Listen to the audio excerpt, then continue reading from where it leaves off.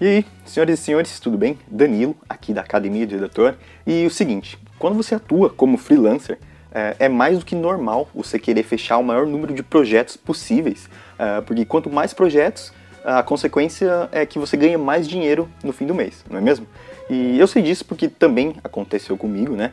Então, quando eu comecei, eu tentava fechar o maior número de projetos possíveis. Só que tem uma diferença, eu não fechava qualquer tipo de projeto, porque você vai entender que é o seguinte, existem casos e casos. Às vezes, um projeto, um cliente que você julgou ser interessante no começo, ele vai se transformar numa baita dor de cabeça depois.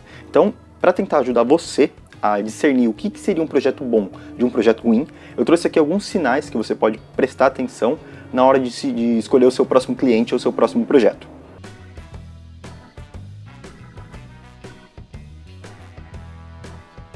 Lembrando que o que eu vou falar aqui não é uma regra, tá? Eu tô aqui para dar algumas indicações, mas no fim do dia tudo se baseia ao seu feeling, à sua intuição. Se você acha que é um bom projeto, beleza, vai lá e se arrisca.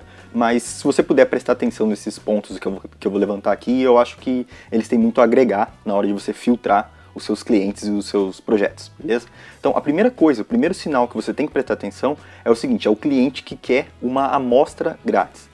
Por que você tem que ficar esperto? Às vezes, esse cliente que quer uma amostra grátis, ele fala isso para todos os redatores que têm interesse nesse projeto. E ele recebe um monte de textos gratuitos, então ele não teve custo nenhum. E por que isso é um sinal para você? Você tem que pensar o seguinte, cara, na maioria das vezes você como redator, você vai ter um portfólio, certo? Esse portfólio, ele é a amostra que o seu cliente precisa. Não tem essa, faz um texto para mim aqui para eu ver como é que é a sua escrita. Não, você não precisa fazer nada. Você já tem um portfólio que é justamente para o seu cliente entender como você escreve, como você cria o conteúdo. Então, se você vê um cara que está pedindo para você criar um conteúdo de graça, tipo, vamos fazer um teste aí para ver o que acontece, atenção, porque não é um bom sinal, né? Pode ser uma armadilha. O segundo sinal que eu costumo prestar atenção é quando o cliente quer que você escreva como um especialista. Eu não sei se vocês já ouviram falar sobre Neil Patel, que é um cara que é referência no mundo de criação de conteúdo. Mas vamos trazer aqui para o Brasil, né, o cenário nacional, o blog Viver de Blog do Henrique Carvalho. O cara é um mito da produção de conteúdo. E às vezes o seu cliente quer que você escreva igual esse cara.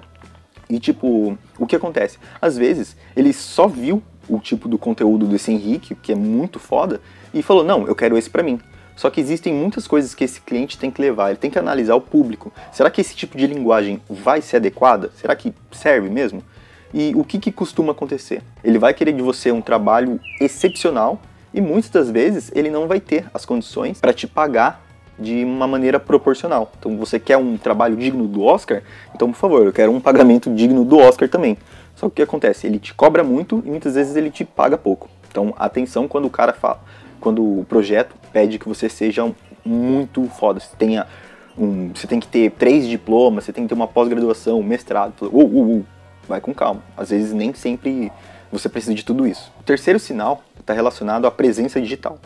Se a gente como redator cria textos para a internet, nada mais justo, né, que a empresa, que nosso cliente, que ele tenha alguma coisa no mundo digital. O cara, o mínimo que ele precisa é ter uma página no Facebook, alguma coisa no LinkedIn, um site, porque isso te passa muito mais confiança, porque você pensa assim, eu estou aqui trabalhando com um cliente que ele sabe o que quer, então ele vai saber valorizar o meu trabalho como redator.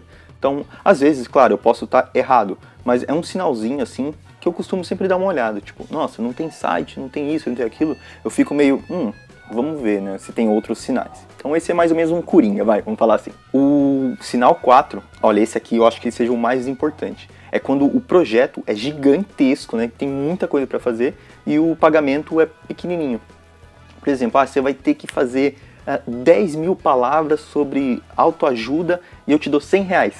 Não vale a pena. É muito trabalho para pouca recompensa. O que acontece? Esse tipo de projeto ele vai ocupar muito da sua agenda, vai te deixar estressado e no final você vai receber uma merrequinha por todo esse esforço. Então não é equivalente essa troca. E é claro, nesse caso vai muito do profissional saber reconhecer isso.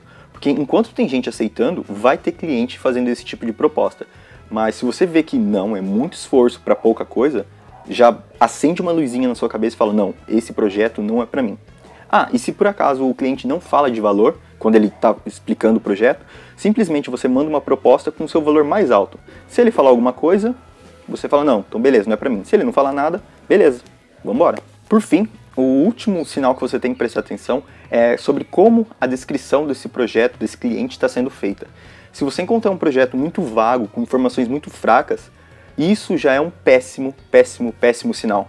Porque se nenhum cliente que está precisando do seu trabalho ele teve a vontade, né, o interesse de fazer uma descrição bem feita, imagina como vai ser no decorrer do projeto, quando você precisar desse cliente, uma ajuda, alguma coisa, ele não vai ter nada. Vai estar tudo largado às traças, né? Você que vai ter que tomar o controle da situação e tentar resolver. Então, esses foram os sinais que eu recomendo que você preste atenção na hora de você analisar um possível projeto. E aproveita e diz pra mim, o que você costuma levar em consideração quando você está escolhendo um novo cliente, um novo trabalho? É alguma coisa diferente disso que eu apresentei? Então exponha aí nos comentários que eu quero saber, beleza? Então se você chegou até aqui, muito obrigado. E procedimento padrão, se inscreve, deixa o like, compartilha o vídeo com alguém interessado da área. E no mais é isso mesmo, então até o próximo vídeo.